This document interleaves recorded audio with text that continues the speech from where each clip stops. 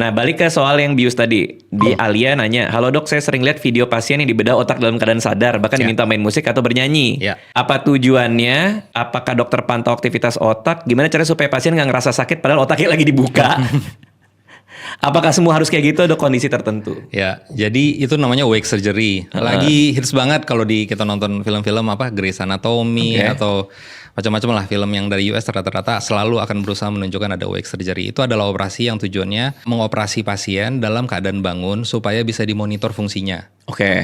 Salah satunya itu terindikasi untuk tumor otak yang ada di area yang menurut kita penting.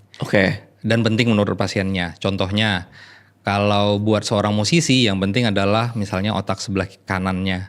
Kreatif ya. Ya, jadi misalnya ada tumor kah yang tumbuh di sana, itu akan diusahakan pasiennya tetap bisa kita evaluasi skill itu tetap ada atau enggak. Karena nantinya kalau kita angkat tumornya, seringnya dia berdekatan sama area yang masih fungsional itu. Dan kalau kita angkat dan kita nggak cek, pas misalnya nih dioperasi secara tidur kan kita nggak bisa evaluasi kan, terus habis itu nggak bisa main gitar, atau dia nggak bisa baca partitur lagu gitu misalnya. Makanya kita usahakan tindakan operasi itu kan tujuannya memperbaiki kondisi pasien. Jangan sampai sesudah operasi kondisinya malah makin buruk, itu kan rugi dong. Betul. Ya, sudah prosesnya nggak nyaman, terus malah makin buruk. Pasti kan tujuannya adalah kondisinya lebih baik. Kalau ada tumornya diangkat, sesudah itu jangan sampai ada kondisi fungsional yang hilang. Itulah tujuannya awake surgery.